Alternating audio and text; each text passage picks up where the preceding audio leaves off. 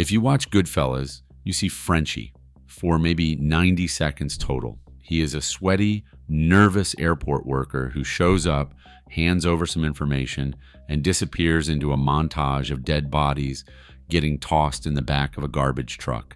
That's the entire legacy Martin Scorsese gave Robert McMahon. 90 seconds and a dumpster. The real McMahon ran JFK Airport's criminal underworld for 22 years, and the heist that put Jimmy Burke's crew on the map, it was McMahon's job from the start.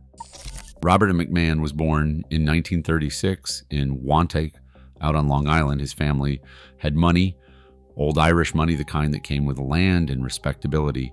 Among the Vario crew, McMahon was what they called lace curtain Irish, upper crust, educated, polished. He privately looked down on Jimmy Burke and the guys at Robert's Lounge as shanty Irish, though he never said it to their faces, and he didn't look like a criminal. He stood about 5'7", wore prescription glasses, had curly black hair, and showed up to meetings with mobsters wearing $1,000 business suits. People who worked alongside him at the Air France cargo terminal at JFK said he looked more like a Wall Street accountant than a guy running numbers for the Lucchese crime family. He had been at that terminal since 1957. 22 years by the time he died. His position as night shift cargo supervisor gave him access to everything that moved through JFK after dark, manifests, schedules, patrol rotations, and shift changes, and he used all of it. During a 10-month survey in 1967, investigators counted 45 major robberies at JFK's Air Cargo Center, including thefts of cash, jewels, and diamonds. McMahon was suspected of orchestrating most of them. For every hijacking and theft McMahon set up with Burke and the Vario crew, he took a flat 50% cut. The guy was running a business out of an airport terminal. The score that changed everything came together in early 1967. McMahon had been watching Air France's cargo operation for months. The airline had a contract to ship American currency back from Southeast Asia. Cash exchanged by tourists and military personnel in places like Vietnam and Laos was bundled into white linen bags holding $60,000 each. Air France moved up to $1 million a week through JFK this way. That money sat in a cement block strong room inside the cargo terminal. There was only one key, and it belonged to a private security guard who watched the room around the clock. The guard would not take a bribe. He would not let the key out of his sight, not even on his days off. Jimmy Burke wanted to kidnap the man and take it by force. According to Henry Hill, Burke probably would have killed the guard just to avoid being identified later. McMahon had a different idea. He broke into the guard's apartment and figured out the man's one weakness. He was a bachelor. McMahon introduced him to an expensive escort at the Jade East Motel near JFK Airport. Over the following weeks, the guard and the woman became a regular thing. During one of their evenings at the motel, McMahon and the escort distracted the guard long enough for Hill to grab his key ring from his pants. Here's where the logistics got ridiculous. The ring had 18 keys on it. Any one of them could have been the right one. Hill jumped in Jimmy Burke's car, raced to a locksmith who was about to close for the night, and had the man duplicate 15 of the 18 keys. The locksmith did not have the right blanks for the other 3. Hill got the originals back onto the guard's belt without anyone noticing. The following Saturday, McMahon tested every single duplicate against the strong room door, number after number after number. Finally, one of the 15 turned the lock. McMahon got word that between $400,000 and $700,000 would be sitting in that room over the weekend of April 7th.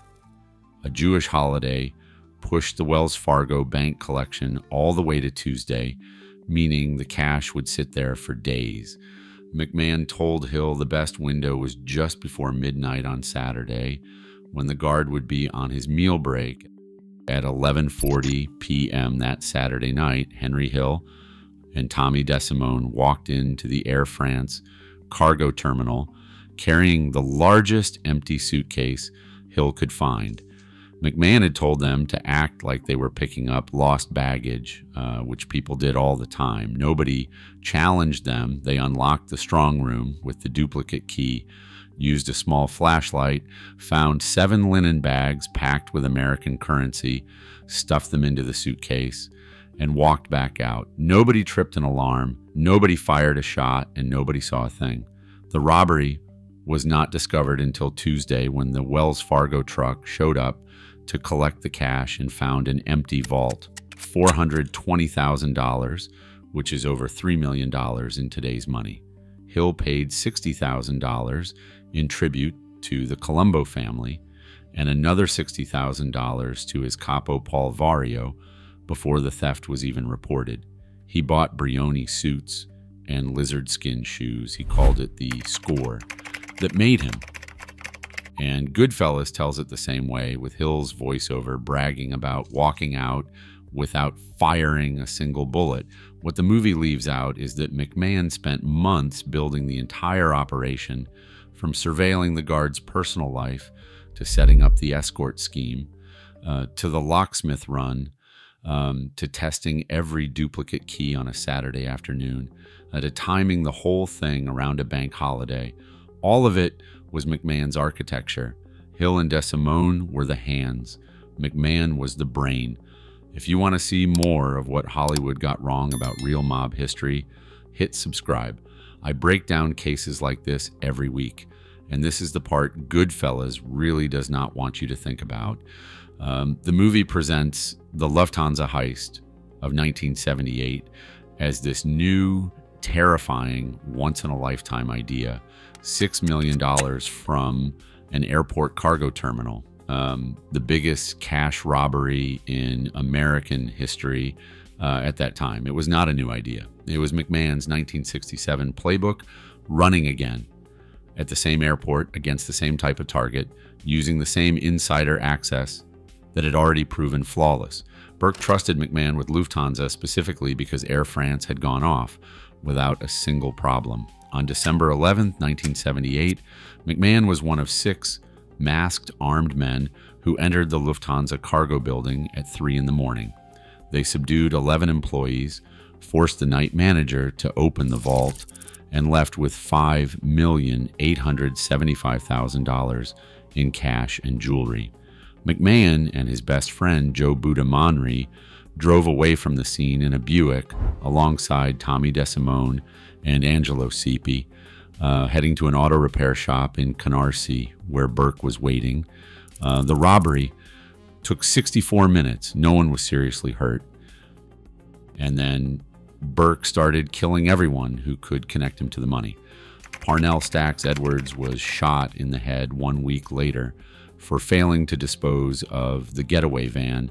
Martin Krugman, the bookmaker who had brought the Lufthansa tip to Hill in the first place, disappeared after loudly demanding his cut. Louis Kafora and his wife vanished after Kafora bought a flashy pink Cadillac with his share. One by one, Burke was erasing everyone who knew anything.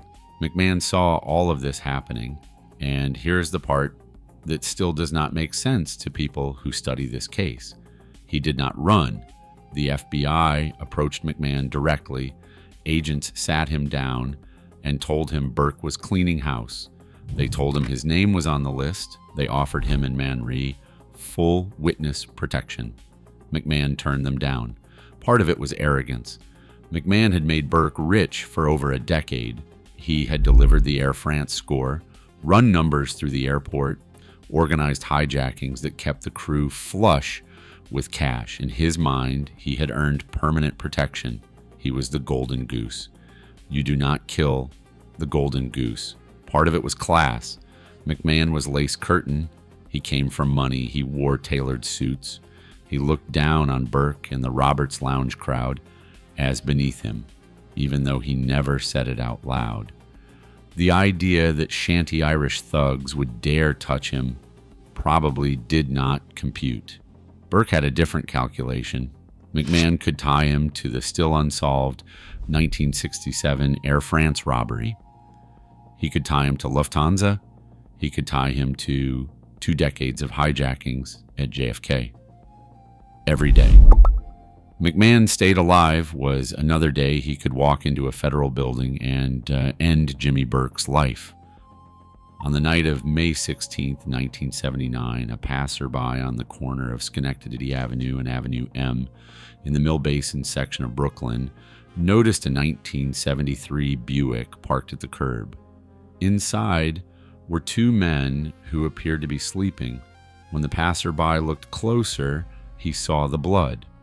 Robert McMahon and Joe Manry were slumped in the front seats. Each had been shot once in the back of the head with a .44 caliber pistol. That Buick was a 2-door car, which means whoever shot them was sitting in the back seat, and to get out after firing, the killer had to physically climb over the bodies of the 2 men he had just executed. McMahon and Manry, 2 veteran criminals living through the most paranoid stretch of their lives, had willingly let someone sit directly behind them in a cramped car. They were killed by someone they trusted completely. Burke allegedly paid Paolo Licastri with $50,000 for the hit. Licastri turned up dead a month later, riddled with bullets, almost certainly killed by Burke too. And in a detail that reads like something out of a Scorsese movie, one of the onlookers in the crowd that gathered around the Buick that night was a young, rising mobster named Sammy Gravano, the future Sammy the Bull, just watching. Scorsese gave McMahon's death about 3 seconds of screen time. Blink, and you would miss it. The real death was 2 men in a parked Buick on a quiet Brooklyn street, a .44 caliber round each. A killer who had to step over their bodies to leave, and a crowd of neighbors who already knew not to say a word. McMahon spent 22 years as the most valuable criminal asset at the busiest airport in America. He designed the heist that proved JFK could be robbed cleanly. He participated in the heist that broke the record. He made Jimmy Burke millions. And when the FBI told him it was time to leave, he bet on the one thing that does not exist in organized crime: loyalty. Hollywood has a habit of turning real criminals into background extras when their stories are too complicated to fit a neat screenplay. If you want to see who else got erased, the video on screen right now is one they really did not want told.